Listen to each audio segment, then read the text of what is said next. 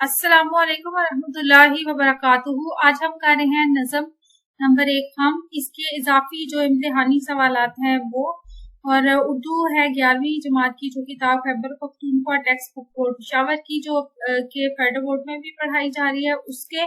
अगर आपको हमारी वीडियोस पसंद आ रही हैं तो हमारे चैनल को सब्सक्राइब करके हमारी वीडियोस को लाइक और शेयर करके हमारी हौसला अफजाई जरूर कीजिए, ताकि हम आपके लिए मजीद अच्छी अच्छी सी इंफॉर्मेटिव सी वीडियोस ला सके।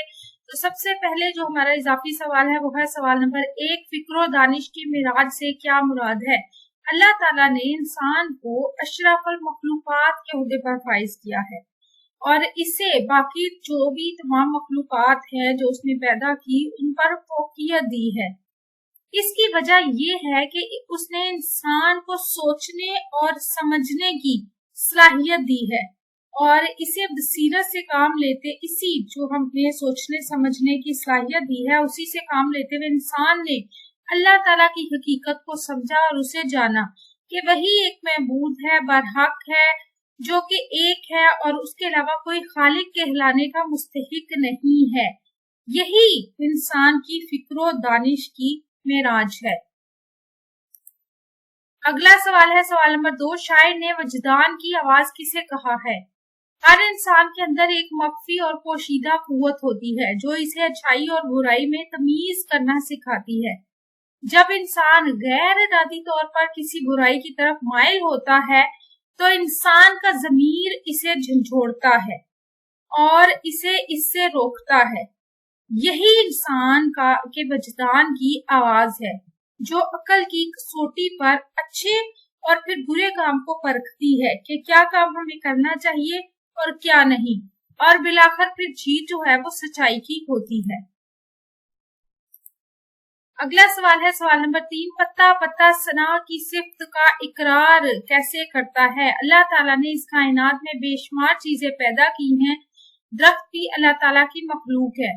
हर दरख्त का पत्ता एक दूसरे से जो है अलग रंग और खासियत रखता है।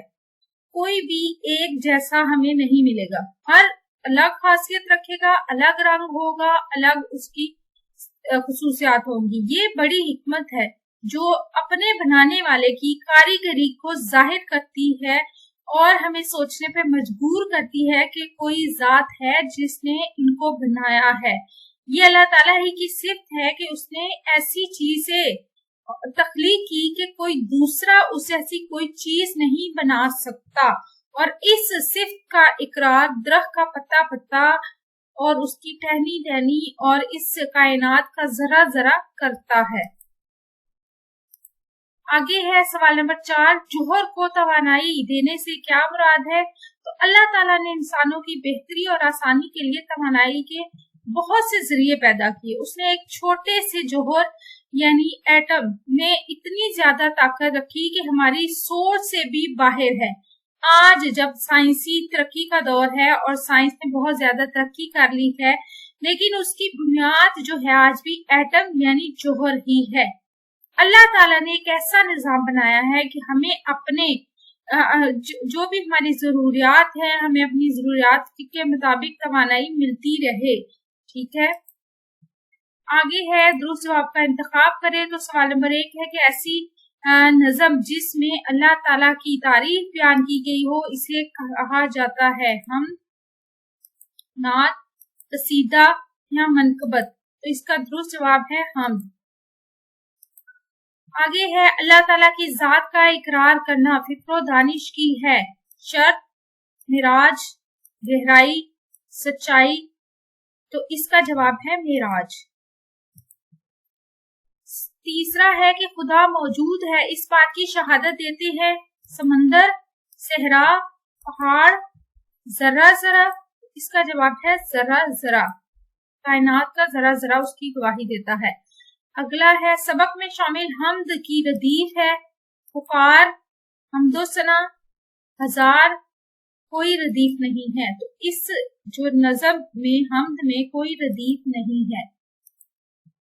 लास्ट है नज़म या गजल का पहला शेर जिसके 2 मिसरे हम काफिया और हम रदीफ हों उसे क्या कहेंगे? उसे मतला कहेंगे, मक्ता कहेंगे, काफिया कहेंगे या रदीफ? उसे मतला कहेंगे। आपको हमारी वीडियो कैसी लगी? चैनल सब्सक्राइब करके वीडियो को लाइक और शेयर करके हमारी हौसला अफजाई कीजिए। अल्लाह ताला मुझे और आपको नेकी की राह पर चलने की तौफीक अता फरमाए। अपना और अपने प्यारों को रखिएगा बहुत सा ख्याल। अल्लाह हाफिज।